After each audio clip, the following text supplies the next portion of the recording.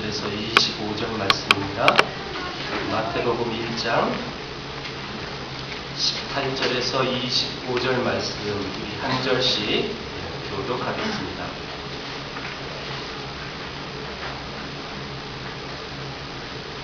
마태복음 1장 18절부터입니다. 예수 그리스도의 나심은 이러하니라. 그의 어머니 마리아가 요셉과 약혼하고 동거하기 전에 성령으로 잉태된 것이 나타났더니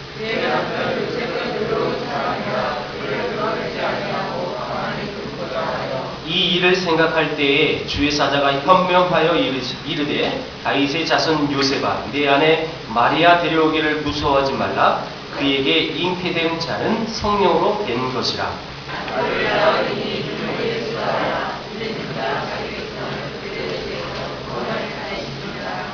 이 모든 일이 되는 것은 주께서 선지자로 하신 말씀을 이루려 하심이니 이르시되 보라 처녀가 잉태하여 아들을 낳을 것이요 그의 이름은 임마누엘이라 하리라 하셨으니 이를 번역한즉 하나님이 우리와 함께 계시다 하니라. 네, 일단 여기까지 읽겠습니다.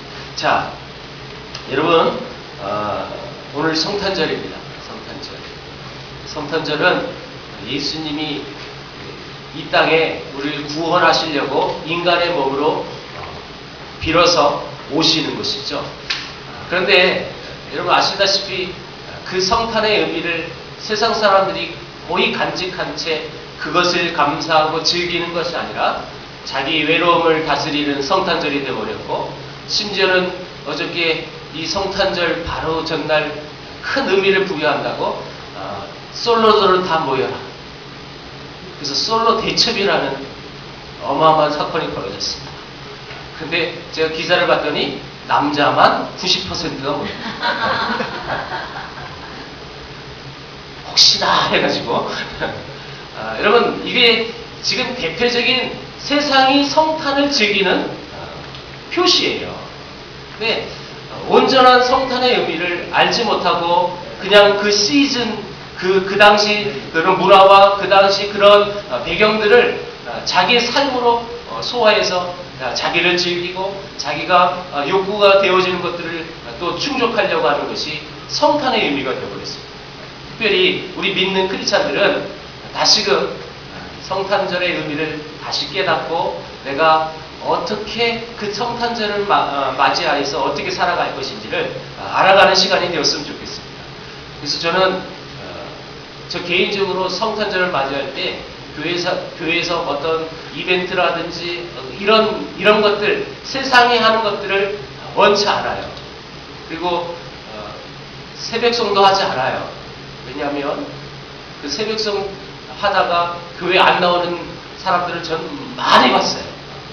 그것보다 이 성탄절날 교회 와서 온전히 하나님을 찬양하고 예배하는 것이 더 의미가 깊다라는 거죠.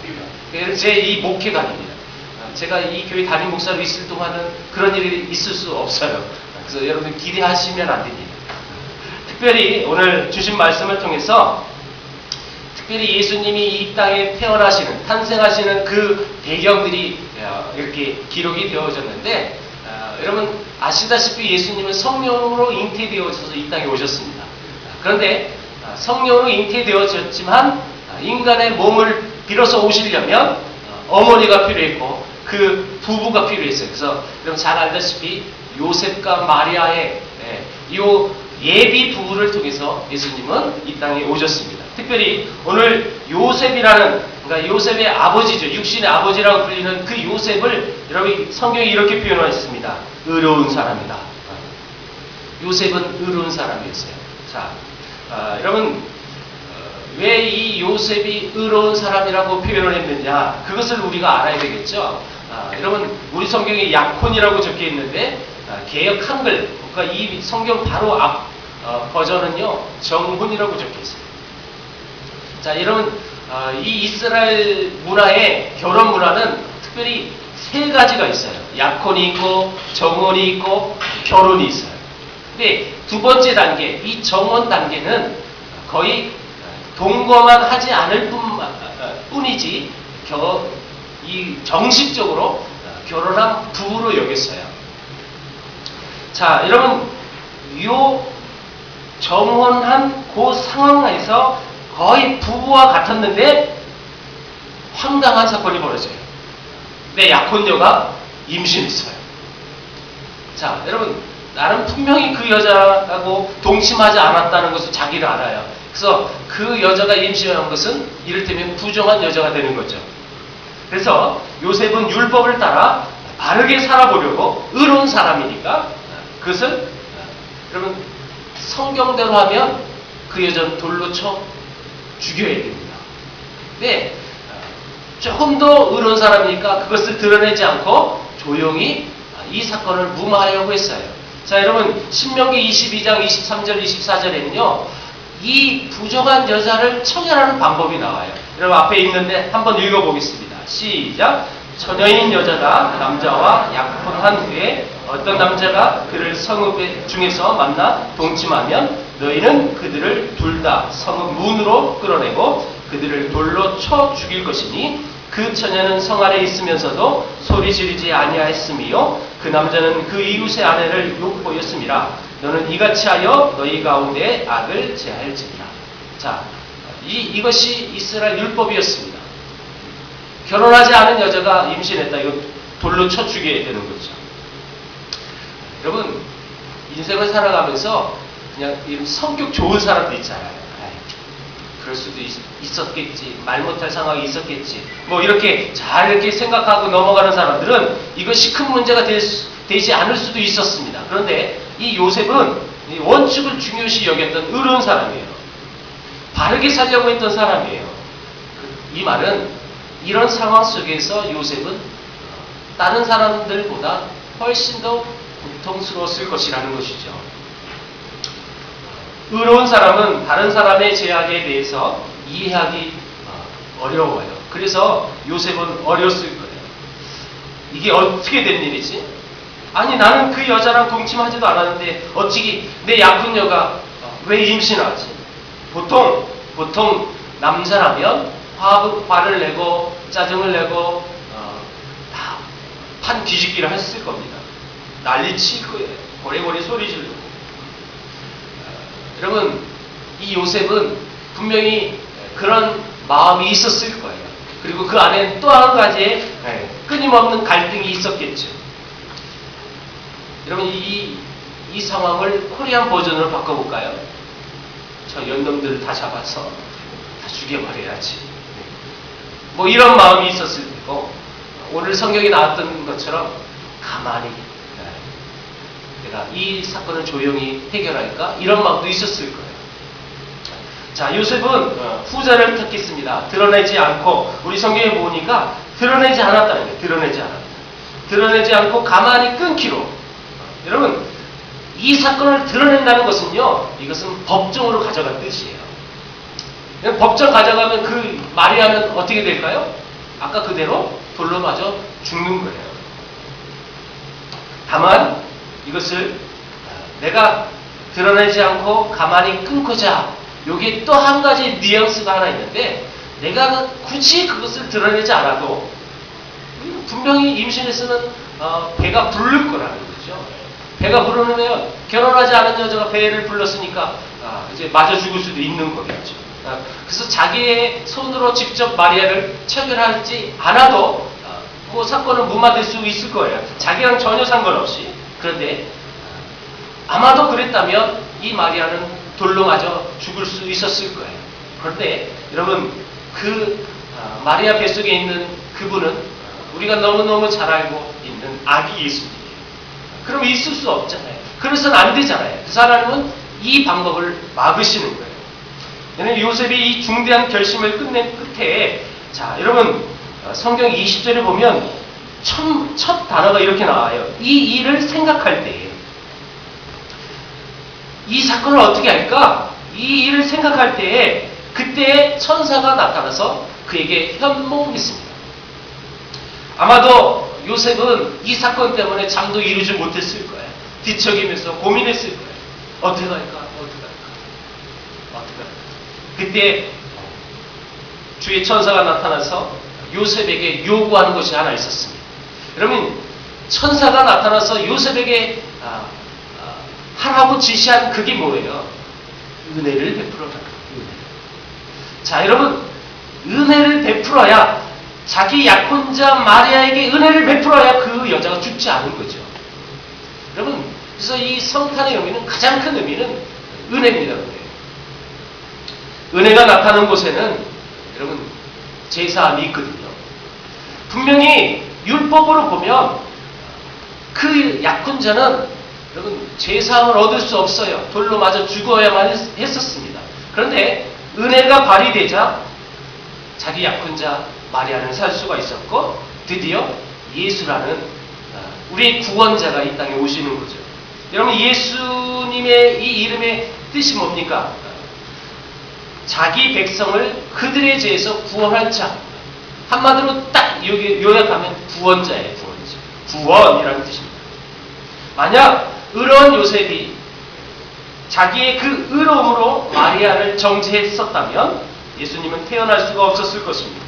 그런데 요셉이 자기 의로움이 아니라 하나님께서 설득하시는 그 은혜의 순종함으로 인하여, 여러분, 그 은혜로 마리아를 또 대함으로 인하여 우리의 구원자 아기 예수님이 이 땅에 태어나신 것이죠.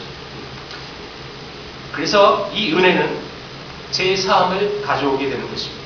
이 은혜는 생명을 살리는 하나님의 역사인 것입니다. 여러분, 호세아라는 선지자가 있었죠. 호세아라는 뜻도 구원자, 다 똑같은 뜻인데요. 이 호세아에게 하나님은 참 엉뚱한 일을 시키셨어요. 자기 아내, 그러니까 고멜이라는 여자죠. 근데 이 여자는 창녀입니다. 그런데 그 은혜로 그렇게 감사하고 살아야 하는데 이 여자가 또 살다가 도망갔었어요. 여러분, 이 상황 속에서 보통 우리 인식이라면, 특별히 이스라엘 법칙으로 따진다면 그 여자는 잡아 죽여야 되는 거예요. 그런데 하나님은 또 그 호세아에게 우리가 생각할 수 없는 엉뚱한 말씀을 하셨어요. 우리 호세아 11장 8절 9절을 한번 읽어봅니다. 여기 앞에 나와 있어요. 다 같이 읽어볼게요. 시작. 에브라임이여, 내가 어찌 너를 놓겠느냐? 이스라엘이여, 내가 어찌 너를 버리겠느냐? 내가 어찌 너를 아드마같이 놓겠느냐? 어찌 너를 스보임같이 두겠느냐? 내 마음이 내 속에서 돌이키어 나의 국률이 온전히 불붙듯 하도다. 내가 나의 명렬한 진노를 나타내지 아니하며 내가 다시는 에브라임을 멸하지 아니하리니 이는 내가 하나님이요 사람이 아님이라. 내 가운데 있는 거룩한 이니 진노함으로 내게 임하지 아니하리라. 저는 이 상황 속에서 어찌 내가 너를 놓겠느냐? 내가 어찌 너를 버리겠느냐? 내가 어찌 너희를 진노하겠느냐? 그러면서 하나님이 이런 말씀하세요. 이게 가장 키포인트인데, 나는 하나님이다. 나는 사람이 아니다. 라고 말씀하세요. 여러분, 사람이라면 버리겠다는 거겠죠. 사람이라면 내치겠다는 뜻이에요. 그런데 나는 하나님이다. 이렇게 표현을 하세요. 내가 하나님이요 사람이 아니다. 여러분, 이것은 사람의 세계는 냉혹한 율법과 정죄의 세계이지만 하나님을 믿는 하나님 나라의 법칙은요, 은혜의 법칙이라는 거죠. 도대체 사랑할 수 없는 그런 상황에도 사랑할 수 있는, 이것이 하나님의 세계는 은혜의 세계라는 것입니다. 마치 이사야서 55장 8절 9절에 하나님이 우리 인간과 하나님과 다른 이 모습을 정확히 또 표현해 주셨어요. 한번 보겠습니다.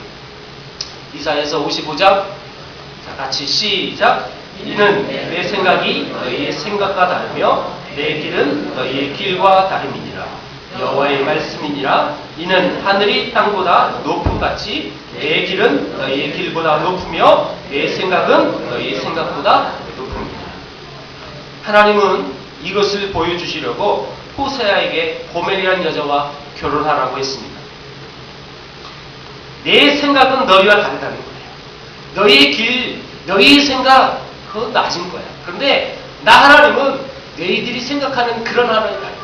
더 훨씬 높고 더 높다라고 이렇게 계속 말씀하시는데, 고멜은 남편을 버리고 다른 남자를 만나 또 문란한 생활을 하고 있었을 때 하나님께서 또 그에게 이렇게 말씀하셨어요. 제가 읽어봅니다. 이거는 호세아서 3장 1절인데요. 여호와께서 내게 이르시되 이스라엘 자손이 다른 신을 섬기고 건포도 과자를 즐길지라도 여호와가 그들을 사랑하나니 너는 또 가서 타인의 사랑을 받아 음녀가 된 그 여자를 사랑하라 하시기로.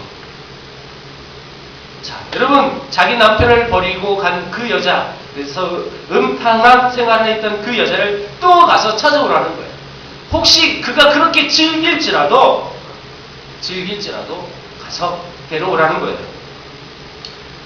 호세아는 부정을 질러 세상 말로 남부끄럽게 살 수밖에 없는 그런 남편이 될 수 있었습니다. 그럼에도 불구하고 하나님의 지시로 아무 조건 없이 가라고 했기 때문에 호세아는 또 그 고멜이라는 여자를 데려옵니다. 여러분, 이 호세아라는 이 이름의 뜻이 바로 그거예요. 도대체 사랑할 수 없는 존재임에도 불구하고 우리를 구원해 주셨다는 거죠. 여러분, 이 땅에 아기 예수님이 오신 이유가 바로 그거라는 거예요. 우리요, 여러분, 고멜과 같은 난 그런 죄 안 지었는데요. 아니요. 하나님 보시기에 똑같은 존재죠. 다 죄로 인하여 죽을 수밖에 없는 존재인데, 여러분, 그럼에도 불구하고 우리를 사랑해 주셔서 우리를 구원해 주시려고 아들 예수 그리스도 그 독생자를 이 땅에 보내주셨습니다. 여러분, 이 고멜로 다시 한번 가볼까요? 이 고멜이 받은 것은 공평과 공의가 아닙니다. 이 고멜이 받은 것은 은혜입니다. 은혜. 우리가 바로 이 은혜를 받았다는 것입니다. 여러분, 그 은혜 때문에 2000년 전에 우리를 살리시려고, 우리를 구원하시려고 이 땅에 오셨던 하나님이신 그 예수님을 여러분 진정으로 감사함으로 여러분 그 은혜의 하나님을 찬양하는 그런 성탄절 되시기를 축복합니다. 이것이 진정한 성탄의 의미죠. 여러분 22절에 보면 이 예수님의 저가 그들의 죄에서 구원할 자야라는 이 이름 말고도 또 다른 이름이 등장하는데, 그럼 22절을 다시 다 같이 보겠습니다. 23절입니다. 23절. 자, 같이 읽어봅니다. 시작. 보라, 처녀가 잉태하여 아들을 낳을 것이요 이를 거듭한즉 하나님이 우리와 함께하시리라. 자, 여러분 임마누엘이라는 이 단어는 엘 하나님이죠. 임 함께, 마누라는 게 우리와 함께 하신 하나님이라는 뜻이에요. 근데 이 임마누엘은 자, 이 마태복음에 이렇게 표현하고 있습니다. 하나님이 그 선지자의 말씀을 이루려 하셨다. 그러니까 이런 이 말은 선지자가 이미 했던 말이에요. 자, 여러분 이사야서에 나오죠? 이사야서 7장 14절 말씀인데, 이 이사야서 7장에 나왔던 그 임마누엘이 이름이 나올 수밖에 없었던 배경을 우리가 알아야 합니다. 자, 우리 교회를 또 처음 나온 학생들도 많이 있어서 이 성경적인 지식이 많이 또 없어서 기초적인 설명을 제가 할 거예요. 자, 여러분 솔로몬 이후로부터 이스라엘은 나라가 두 개로 나눠졌어요. 그쵸? 자, 여러분 북쪽을 무슨 나라라고 부르죠? 이스라엘. 자, 그럼 남쪽은요? 유다라고 불러요. 그쵸? 북남으로 나눠졌어요. 자, 여러분 이 북쪽 이스라엘 왕이 옆에 있는 수리아 왕하고 짜가지고 여러분 남유다를 쳐들어와요. 이때 남유다 왕은 아하스라는 왕입니다. 아하스. 자, 여러분 이 유다를 침공했던 같은 동족 이스라엘이에요. 그리고 다른 나라하고 힘을 합쳐서 자 쳐들어왔어요. 그때 여러분 하나님은 이사야 선지자를 이 유다 왕에게 아하스에게 보내서 이렇게 말씀하셨어요. 너는 내 하나님 여호와께 한 징조를 구하되 깊은 데서든지 높은 데서든지 구하라. 자, 여러분 이스라엘이 쳐들어오고 또 시리아가 연합군으로 남유다를 침공할 때 이 유다는 겉으로 보면 질 수밖에 없는 거예요. 패할 수밖에 없는 거죠. 그래서 이사야 선지자를 통해서 하나님에게 이 아하스 왕에게 이렇게 얘기했다는 거예요. 너 구해라. 한 징조를 구해라. 그러면 너희 나라를 구해줄게. 그런데 이사야를 통하여 하나님의 메시지를 들었던 이 아하스 왕은 그 징조를 구하지 않았습니다. 그걸 거절하고 그 대신 또 다른 나라 아수르 왕에게 이 도움을 청합니다. 나 그거 징조 필요 없어요. 나 아수르 왕에게 갈게. 이때 하나님께서 또 이사야를 통하여 하셨던 말씀이 이 말씀이에요. 주께서 친히 징조로 너희에게 주실 것이라 하신 다음에 보라 처녀가 잉타하여 아들을 낳을 것이요 그 이름을 임마누엘이라 하리라. 이때 이 말이 나오는 거예요. 자, 여러분 임마누엘이라는 이 단어가 중요하지만 그 앞에 그걸 표현한 수식하는 단어가 굉장히 더 중요해요. 그게 뭐냐면 주께서 친히 네가 내게 징조를 구하지 않았지만 주께서 친히 그 징조를 보여주신다는 거예요. 주께서 친히. 여러분 하나님은 참 속도 좋으실 것 같아요. 나 같으면 그러지 않을 것 같아요. 그래? 그럼 한번 해봐. 죽든지 말든지. 이것이 인간의 마음이거든요. 그런데 우리의 구원자이신 하나님은 주께서 친히 그래? 네가 내게 그런 구함을 하지 않았어도 내가 친히 징조를 보여줄 것이다. 처녀가 아들을 잉태할 것이니 그걸 임마누엘이라 하리라. 그 징조를 보여줬다는 거예요.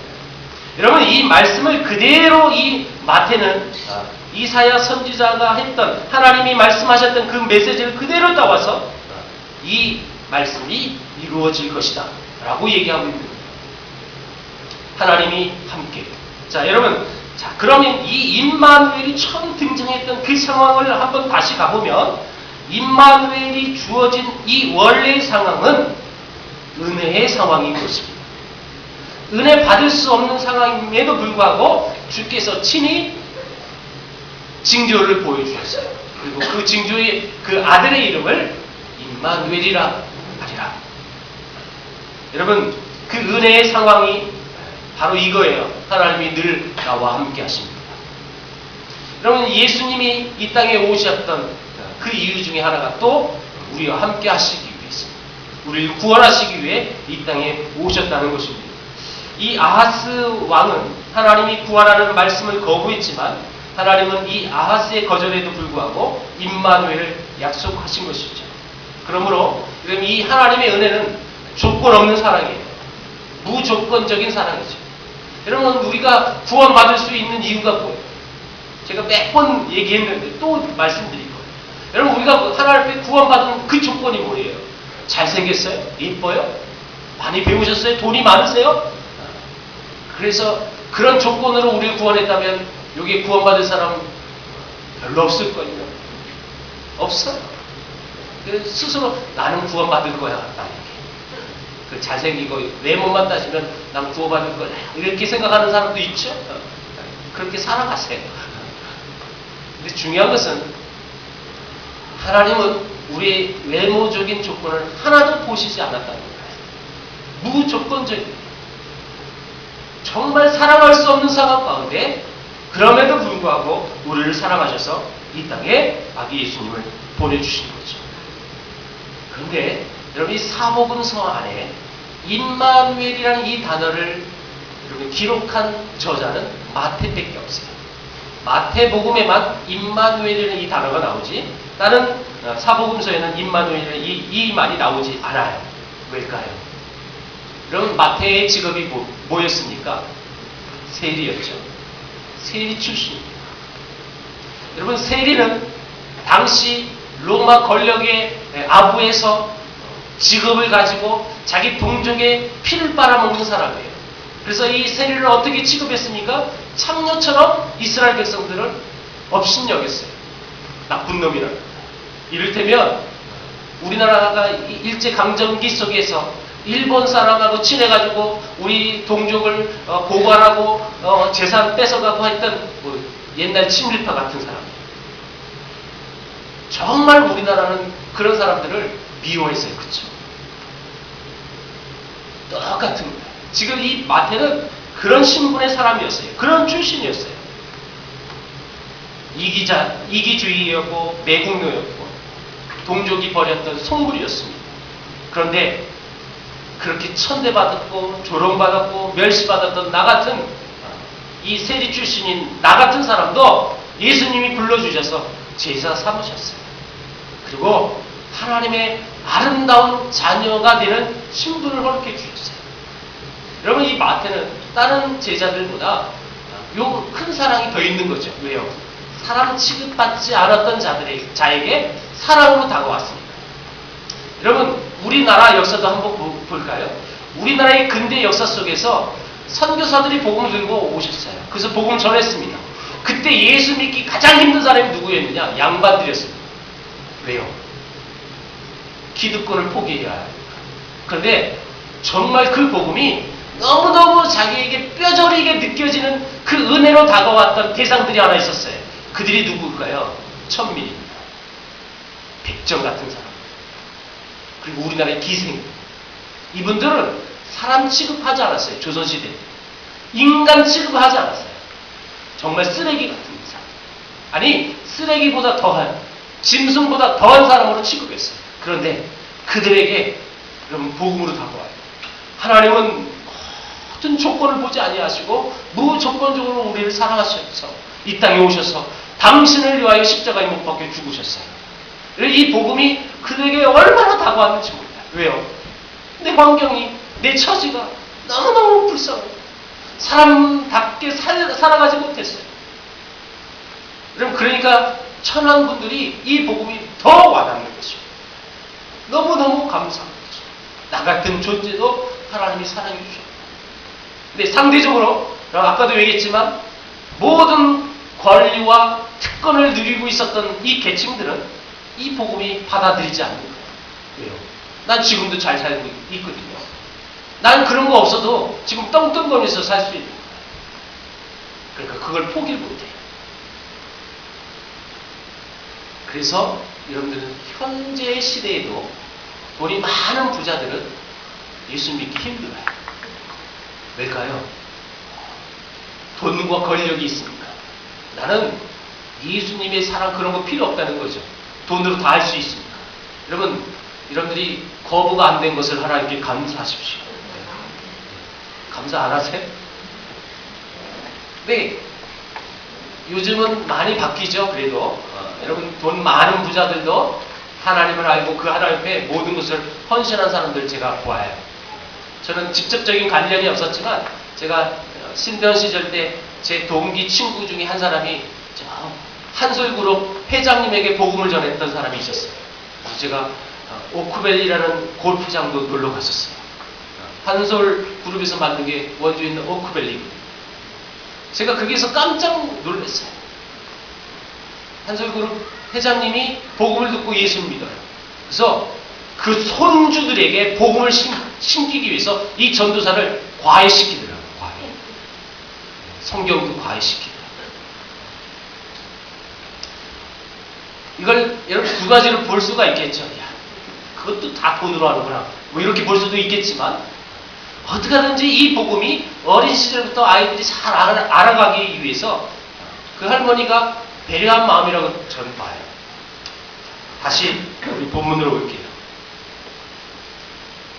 여러분, 예수님이 이 땅에 오셨던 의미를 우리는 다시 알아야 합니다. 나 같은 죄인을 구원하시기 위해. 여러분들의 생활이 지금 풍족하고 만족하고 또 남들에게 비해서 꿀릴 게 없어요? 여러분, 그럴지라도 여러분들을 사랑하시기 위해서 이 땅에 오셨던 이 아기 예수님의 이 의미를 여러분 오늘 다시 한번 되새기는 시간이 됐으면 좋겠습니다. 말씀 맺겠습니다. 이 임마누엘의 은혜, 하나님이 우리와 함께 하시는 그 은혜, 이걸 우린 특권으로 받은 사람들이에요. 이 특권을 받았기 때문에 어떤 조건과 어떤 환경, 내 이 모든 삶의 여정이 바뀔지라도 여러분 이것만은 바뀌지 않아야 할 것입니다. 나와 함께 하신 하나님, 나를 구원하시기 위해 이 땅에 오셨던 예수님, 이걸 붙들었을 때 여러분 우리는 만족할 수 있는 것이고요, 우리는 흔들리지 않을 수 있다는 것입니다. 뿐만 아니라 이 의로운 요셉이 하나님의 말씀에 순종했던 것처럼, 그래서 아기 예수님이 이 땅에 오셨던 것처럼 우리 또한 그런 순종하는 마음이 있어야 할 것이고, 중요한 것은 그 아기 예수님이 이 땅에 오셨던 그 의미를 나만 갖고 있어서는 안 된다는 거죠. 이 은혜를 나누어야 하는 것입니다. 하나님의 복을 알지 못하는 자들에게, 또 때로는 인간적으로 정말 헐벗고 힘들어 살아가는 그런 사람들을 바라보며 예수님이 나를 사랑했던 것처럼 우리도 그들에게 사랑으로 다가갔을 때 이 크리스마스, 이 성탄의 의미는 온전한 의미가 되어질 것입니다. 저와 여러분들이, 그리고 우리 교회가 그런 아름다운 성탄의 의미를 가지고 우리 지역에, 또 여러분들 주위의 모든 사람들에게 이 아름다운 성탄의 은혜를 나눌 수 있는 귀한 통로가 되시길 주의 이름으로 축원드립니다. 오늘 시간 관계상 우리 조금 축소할게요. 우리 찬송가